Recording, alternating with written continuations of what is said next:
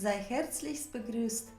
Mein Name ist Anna Keller und in diesem Video möchte ich dir berichten, wie die Tageszeit in der Welt der chinesischen Wissenschaften beschrieben wird und welche Besonderheiten es mit sich bringt. Dieses Verständnis ist sehr wichtig, um die Aktivierungen rechtzeitig durchzuführen. In allen Aktivierungen, die wir anbieten, werden chinesische Doppelstunden für die Zeitintervalle angegeben. Für Anfänger erscheint es sicherlich etwas kompliziert, deswegen möchte ich es etwas erläutern. Für die Berechnungen aller Maßnahmen im Rahmen von Feng Shui, Bazi, das ist die chinesische Schicksalsdeutung, für die Berechnung der günstigen Zeit oder für unsere Aktivierungen nutzen wir den chinesischen Sonnenkalender. Im chinesischen Sonnenkalender unterscheidet man am Tag 12 Doppelstunden. Diese Doppelstunden siehst du gerade auf der Folie. Das sind die Stunden der Ratte, des Büffels, des Tigers, des Hasens, des Drachens, der Schlange, des Pferdes, der Ziege, des Affens, des Hahnes, des Hundes und des Schweins. Grundsätzlich gilt beispielsweise die Stunde des Tigers von 3 Uhr bis 5 Uhr und die Stunde des Drachens von 7 Uhr bis 9 Uhr. Eigentlich wäre es viel einfacher, zum Beispiel bei Aktivierungen, einfach diese Zeitintervalle aufzuschreiben, ohne diese komischen chinesischen Zeichen zu nutzen. Leider geht es aber nicht. Die Ursache ist, dass die Sonnenzeit an jeder Ortschaft unterschiedlich ist. Die Sonnenzeit ist nicht die Zeit, die wir auf unserer Uhr sehen können. Sie hängt von der Position der Sonne gegenüber einer bestimmten Ortschaft ab. Für die organisatorischen Zwecke ist es natürlich unbequem. Deswegen gilt innerhalb eines Landes meistens die gleiche Zeit. Staaten mit großer Ost-West-Ausdehnung haben in der Regel mehrere Sonnenzeiten. Diese Zeit hat aber sehr wenig mit der astronomischen Zeit bzw. der Sonnenzeit zu tun. Deswegen können wir diese nicht nutzen. Für die von uns praktizierten Maßnahmen brauchen wir die genaue Sonnenzeit an jeder Ortschaft, wo wir uns befinden. Weiter erzähle ich dir von dem einfachen Algorithmus, wie du diese Sonnenzeit selbst berechnen kannst.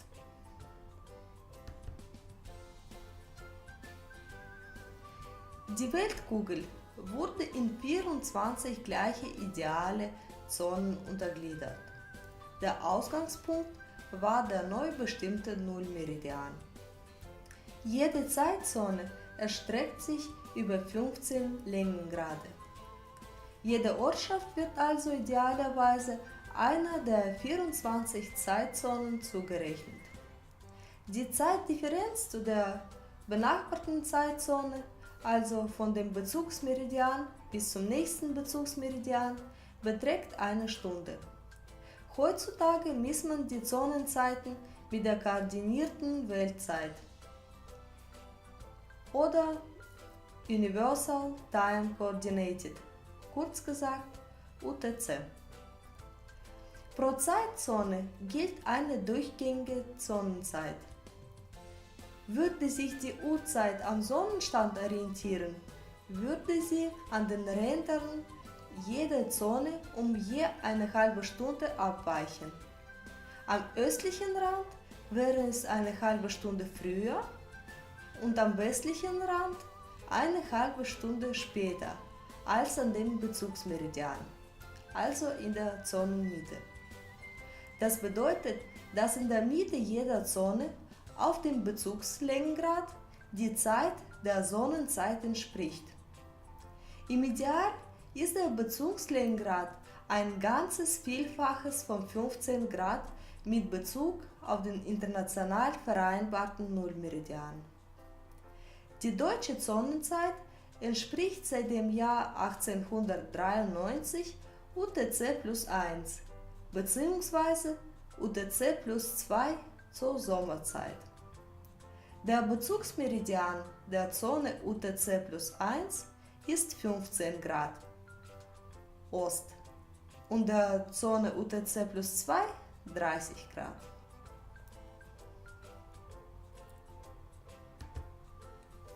Für unsere Berechnungen brauchen wir die Zugehörigkeit unserer Ortschaft zu der Zeitzone sowie den genauen Längengrad unserer Ortschaft. All diese Angaben können wir ganz leicht im Internet finden, zum Beispiel auf Wikipedia. So, jetzt habe ich Wikipedia geöffnet. In die Suchleiste gebe ich einfach Berlin ein. In der rechten oberen Ecke erscheinen die Koordinaten der Stadt. Für unsere Zwecke wären die Koordinaten mit Dezimalstellen viel lieber. Brauchen wir weniger umzurechnen. So drücken wir einfach auf die Zahlen und, oh Wunder, die Koordinaten erscheinen neu in der Tabelle und diesmal mit Dezimalstellen. Wir freuen uns und bedanken uns bei Wikipedia. Kehren wir wieder zu unserer Präsentation zurück. Als Beispiel habe ich 3 Orte ausgewählt. Das sind Erfurt, Paris und Moskau. Neben jeder Stadt siehst du ihre Zugehörigkeit zu der Zeitzone sowie die Angaben zu der geografischen Länge. Mach das gleich für deine Stadt.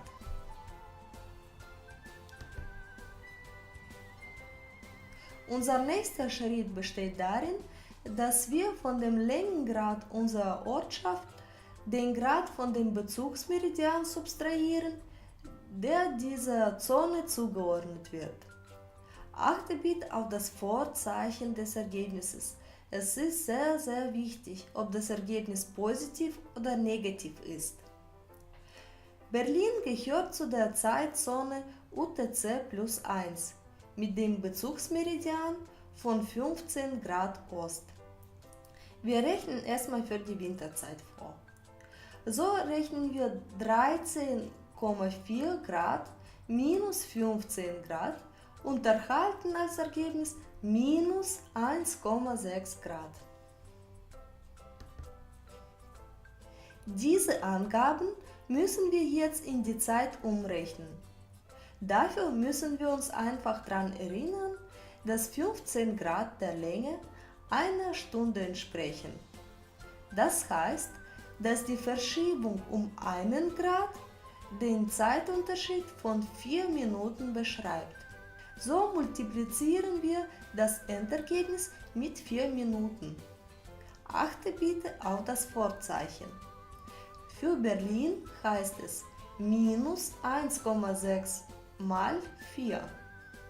So erhalten wir 6,4 Minuten mit dem Vorzeichen minus.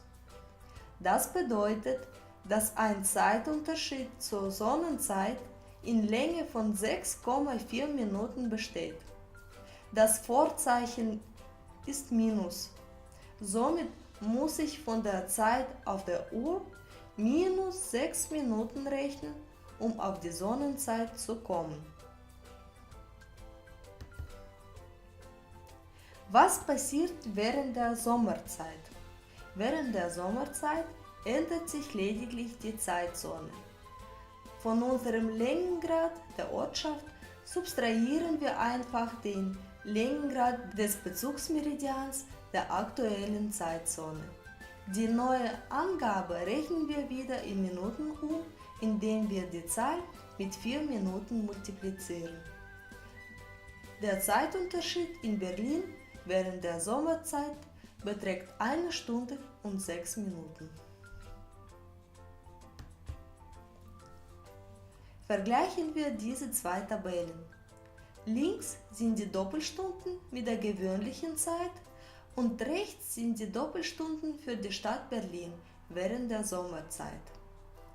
Um diese zu berechnen, habe ich einfach zu den gewöhnlichen Intervallen der Doppelstunden jeweils den Unterschied zu der Sommerzeit dazu gerechnet.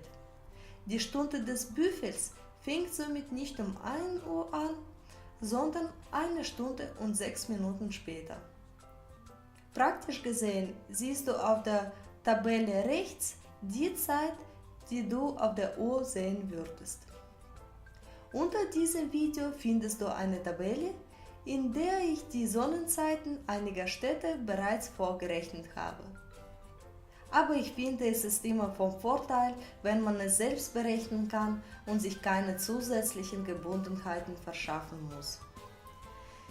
Mit dir war Anna Keller und wir hören uns. Bis bald!